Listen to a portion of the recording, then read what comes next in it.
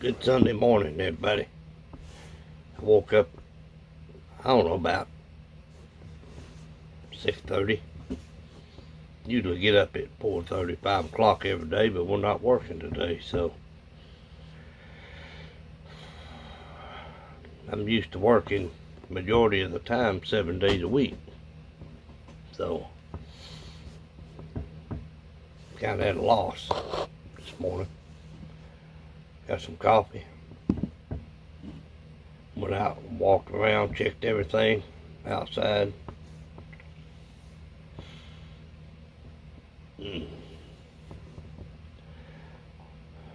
What's your plan today?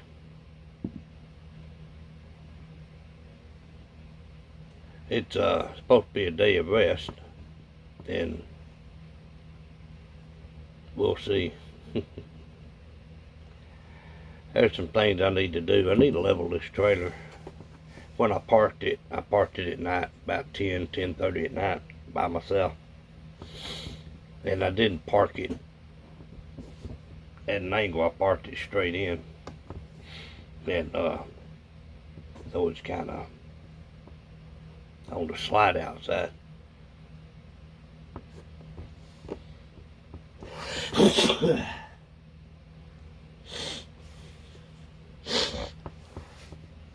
Man, I can try to level it. I don't know. I may move. I'm looking for a guy down at the end, which the backside, slide outside, will be nothing but pasture, deer that come out there and stuff like that. So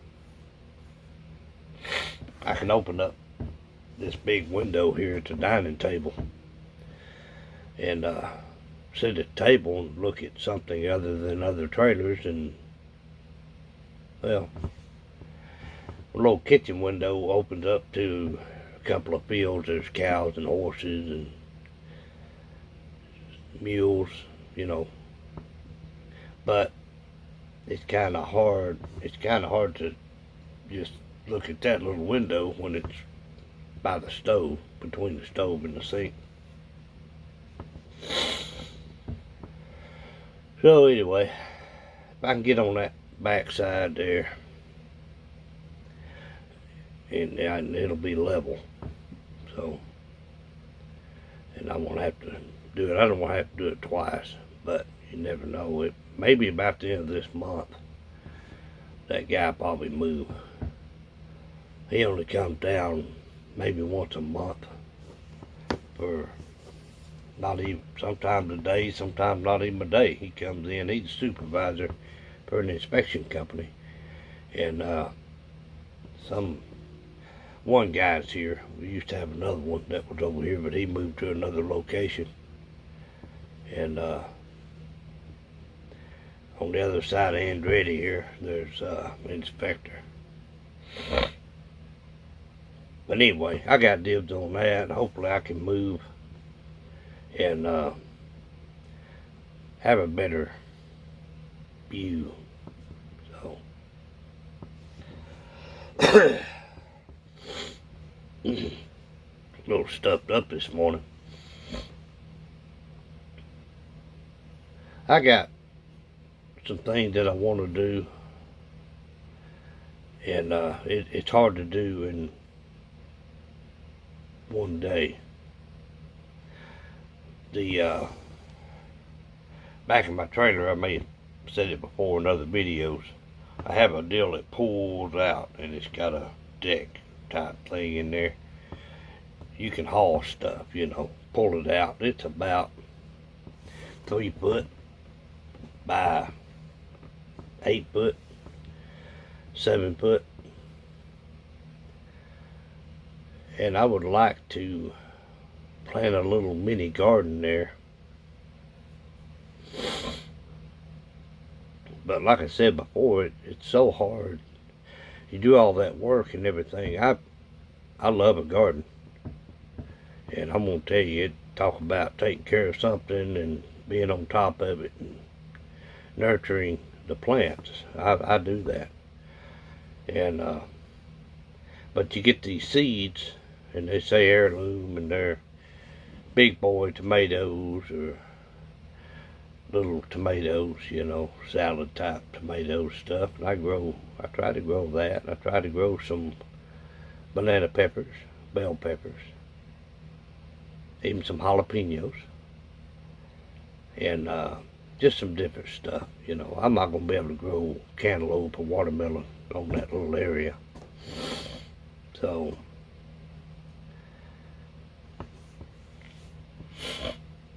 excuse me.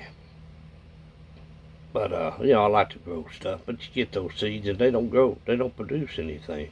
And it's so frustrating to spend all that time and all you got is a plant. And that's all good. Wife got me this little rose here, and it's starting to grow. Starting to grow out. But, like this little bud right here, it ain't opened up. Boy, it smells good. Boy, I love plants. I've got an ivy at my mom's, and years I have taken cuttings off of it and started other ivies, and I'm on the road a lot, so it's hard to maintain. Bless my wife's heart, she does not have a green thumb. So I kind of have to leave her a detailed schedule on watering. Wife got me those little bamboos in a little vase. You just keep watering it. And that thing has grown up to about 5 foot tall, and it's still in that little container. And I keep them. I'm always good with plants. I love plants. I love gardens and stuff. But I'm just going to have to get out and do it, you know, because it's going to start, you know, time's going to change, I think, sometime in March. And we'll have more daylight hours, you know, whenever I get in, and I'll be able to take care of them. So, hopefully, I can put something together. I wish they had a nursery here. I haven't seen a nursery here. A lot of times you can get some good plants there. I've even bought tomatoes and stuff at Walmart, the plants. And I've been so disappointed. Anyway, what's your plan today? I hope you have a garden. I hope you have some things, you know, that you can enjoy. If you have kids, you know, have them involved. I know a lot of you do. Get the kids involved, and like I said, you know, all you're doing is building them up to appreciate nature and planting those seeds, you know. And I feel very strong that we can take reins of this next generation just by doing that. And that's what I like about Life Below Zero, the Hailstones. I just love them because they're passing on, you know, generations of skills and gathering, hunting, fishing. It just blows me away. I love that. I wish that more people had that. And I watched a video, you know, and on different 9 foods that cause cancer. And I don't remember it, where, you know, some kind of a group. And, you know, I agree and disagree on some things.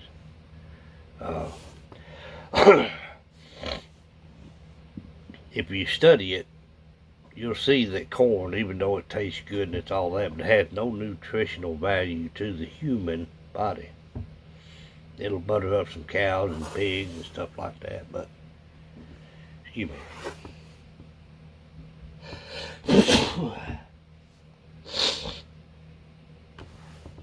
Boy, getting a lot of blessing today. But they have those, it's all genetically designed. They want more, faster, and make more money. And whenever there's a local market, I'm surprised they don't have one here. Of course, you know, we're coming out of the fall winter season now. So I'm sure that as we get into spring and the onset of summer, I'd be surprised if there's not a group of farmers and people that sell their bounty, you know, their crop. And I will be the first one there, and I will buy there before I buy in the grocery store. And I see some of the things that you guys put out there, you know, pictures of gardens and the bounty you take from that, and you know, and there's excess. If you don't preserve it in some way. But I would buy from you before I go to the store, because there's so many chemicals that are introduced into today's crops and stuff, you know, and it's not good. It's not good. It has you know, it brings on possible Alzheimer's and cancers and stuff, and that's where I talk about convenience. It's more about convenience. Some people don't know the first thing about growing anything, and that's sad. See, we lost that. But there is still a lot of people out there that's doing that, and it warms my heart to see a garden and growing up some livestock, you know. It makes me want to cry sometimes thinking about the acreage I had at one time. And I had to do raised gardens because the soil was so acidic. And trying to neutralize that down to a good pH, it was more work than it was worth. But I had to do raised gardens. And did real good because I had some local homesteaders and people like that were actually off-grid down in East Texas. And I enjoyed that. Out in the sticks, out in the woods. If there was traffic, it was trouble. Because I lived on a dead-end road, and I had 6 acres. And had rabbits, had chickens, had pigs, and I would sell the dressed out rabbits. That's probably the best food there is as far as eating healthy. Chickens, you know, eggs, we had eggs. And I would sell a lot of the rabbits. I would sell because it's hard to get the non-steroid antibiotic rabbit. It's hard to do. And I had 90 to 100 at any given time of rabbits. And I really enjoyed that. I had some trials and errors. I had hawks, I had fox, I had bobcats. And we even had panthers up in there. So we would grow, had the garden. Me and my mother, we had the garden. We, kept up. We had rabbits. We had hogs and pigs, chickens, and we'd trade around.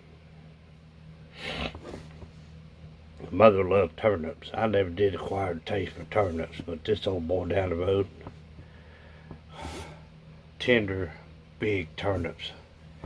And when I first got them from an old boy, I can't think it. I'm bad with names, but if I dial your phone number a couple of times, I'll remember your phone number. I remember phone number when I was 10, 11, 12 years old. So, but when I first got some, I've grown them. I've grown some real good turnips. But when I bought them back, I traded a rabbit for a bunch of turnips and celery. He had celery.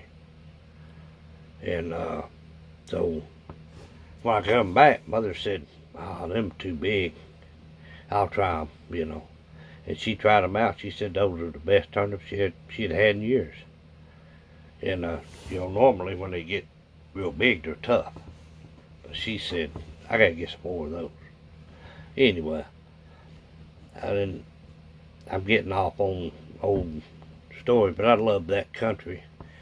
And being able to be somewhat self-sufficient, had to take off a notice. Be self-sufficient is just like a feeling that is like none other. And to watch things grow, to take care of. And some people say, that's too much work, it's too much responsibility, I can go down to the store and get what I need.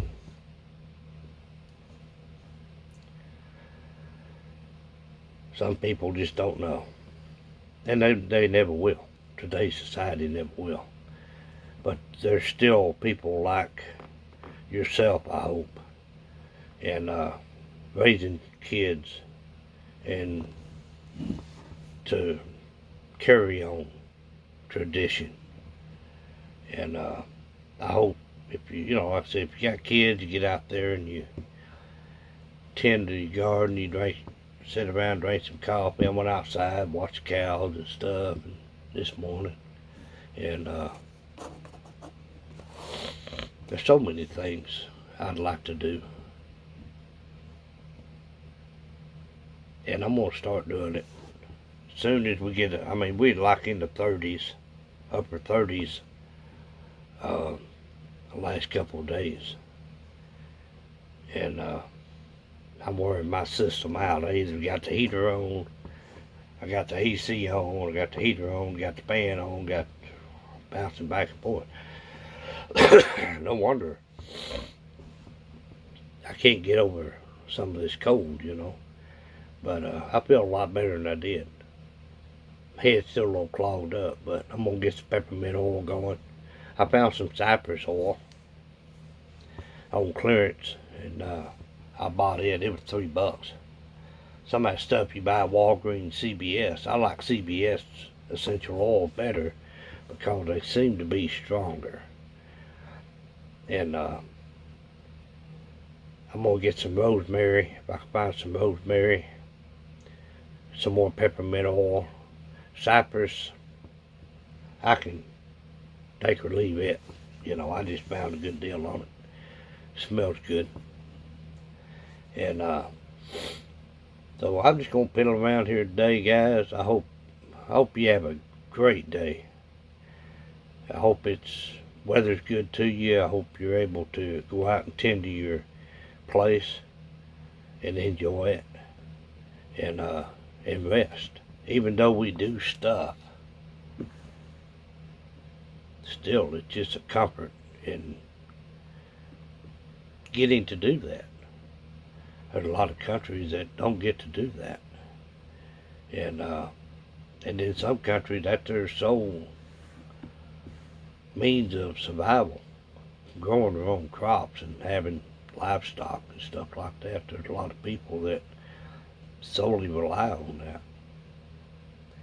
And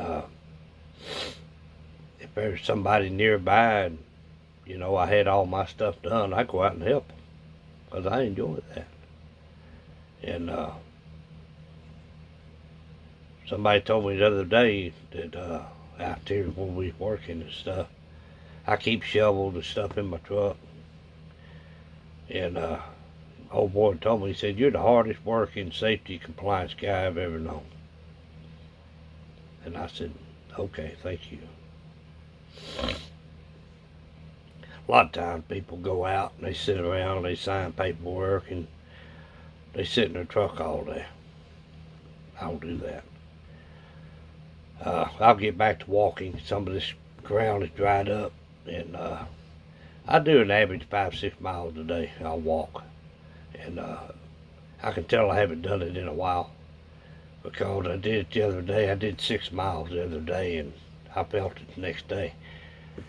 But it was a good feeling. It was a good soreness.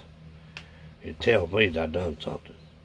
But anyway, enjoy your day, and I hope it's a peaceful day. It's an enjoyable day. So get out there and enjoy life, and be all you can be. Remember, to be or not to be. It's your choice.